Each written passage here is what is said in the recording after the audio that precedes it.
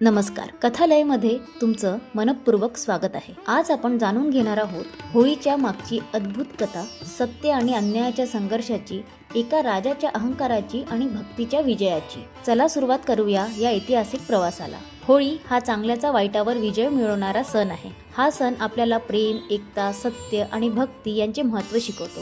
होळी मागे अनेक कथा सांगितल्या जातात, पण सर्वात प्रसिद्ध कथा आहे भगवान विष्णूच्या भक्त प्रल्हाद आणि त्याच्या राक्षस वडील हिरण्यकश्यपूची। प्राचीन काळात हिरण्यकश्यपू नावाचा एक बलाढ्य आणि अहंकारी राजा होता। त्याने कठोर तपश्चर्या करून ब्रह्मदेवाकडून अमरत्वाचा वर प्राप्त केला। त्याच्या वरानुसार त्याला कोणताही मानव, प्राणी किंवा देव मारू शकत नाही। त्याचा मृत्यू रात्री किंवा दिवसा, घरात किंवा बाहेर, आकाशात किंवा पृथ्वीवर होऊ शकत नाही।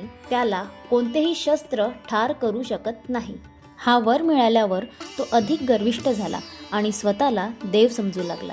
त्याने आपल्या राज्यात भगवान विष्णूची पूजा करण्यास बंदी घातली आणि सर्वांना फक्त त्याचीच पूजा करायला भाग पाडले। हिरण्यकश्यपूचा मुलगा प्रल्हाद मात्र अत्यंत धार्मिक आणि नम्र स्वभावाचा होता। तो भगवान विष्णूचा भक्त होता। त्याच्या प्रत्येक श्वासात फक्त श्रीहरी हे नाव असे। हिरण्यकश्यपूला आपला मुलगा विष्णूचा भक्त आहे हे समजल्यावर तो संतापला। त्याने प्रल्हादला भगवान विष्णूची भक्ती सोडण्याचा आदेश दिला, पण प्रल्हादने नकार दिला। त्यामुळे हिरण्यकश्यपूने त्याला संपवण्याचे प्रयत्न सुरू केले। हिरण्यकश्यपूने प्रल्हादला मारण्यासाठी अनेक उपाय केले। त्याला उंच कड्यावरून फेकले, पण विष्णूने त्याला अलगद पकडले। त्याला विष दिले, पण ते अमृतासारखे प्रभावहीन झाले। त्याला जंगली हत्तीच्या तोंडी दिले, पण हत्तीही त्याला इजा करू शकले नाही। प्रत्येक वेळी भगवंताने प्रल्हादचे रक्षण केले आणि त्यामुळे हिरण्यकश्यपू अधिक संतप्त झाला। हिरण्यकश्यपूच्या बहिणीचे नाव होलिका होते। तिला अग्नीपासून संरक्षण करण्याचा वर मिळालेला होता। हिरण्यकश्यपूने तिला एक योजना सांगितली। होलिकेने प्रल्हादला मांडीवर बसवावे आणि अग्नीमध्ये प्रवेश करावे, जेणेकरून प्रल्हाद जळून खाक होईल, पण तिला काहीही होणार नाही। होलिका प्रल्हादला घेऊन अग्निकुंडात बसली, पण भगवान विष्णूच्या कृपेने प्रल्हाद सुरक्षित राहिला। होलिका मात्र जळून खाक झाली, कारण तिने तिची शक्ती वाईट हेतूने वापरली होती। त्यामुळे चांगुलपणाचा विजय झाला आणि वाईटाचा अंत झाला। होलिका मरण पावल्यानंतरही हिरण्यकश्यपूने प्रल्हादला मारण्याचे प्रयत्न सुरूच ठेवले। त्याने प्रल्हादला विचारले, तुझा विष्णू कुठे आहे? प्रल्हादने उत्तर दिले, तो सर्वत्र आहे, अगदी या खांबातही। हे ऐकून हिरण्यकश्यपूने रागाने खांब फोडला। त्याच क्षणी भगवान विष्णू नरसिंह अवतारात प्रगट झाले। ते अर्ध सिंह अर्ध मानव होते। त्यांनी संध्याकाळी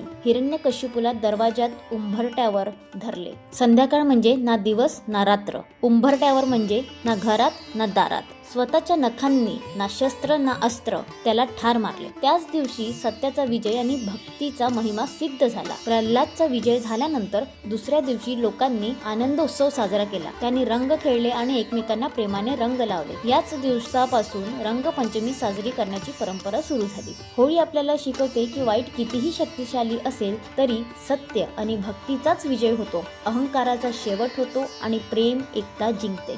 दृष्ट प्रवृत्ती नष्ट करणे आणि आनंद साजरा करणे हा जीवनाचा खरा उत्सव आहे। ही होळी फक्त रंगाचा उत्सव नाही, तर नव्या सुरुवातीचं प्रतीक आहे।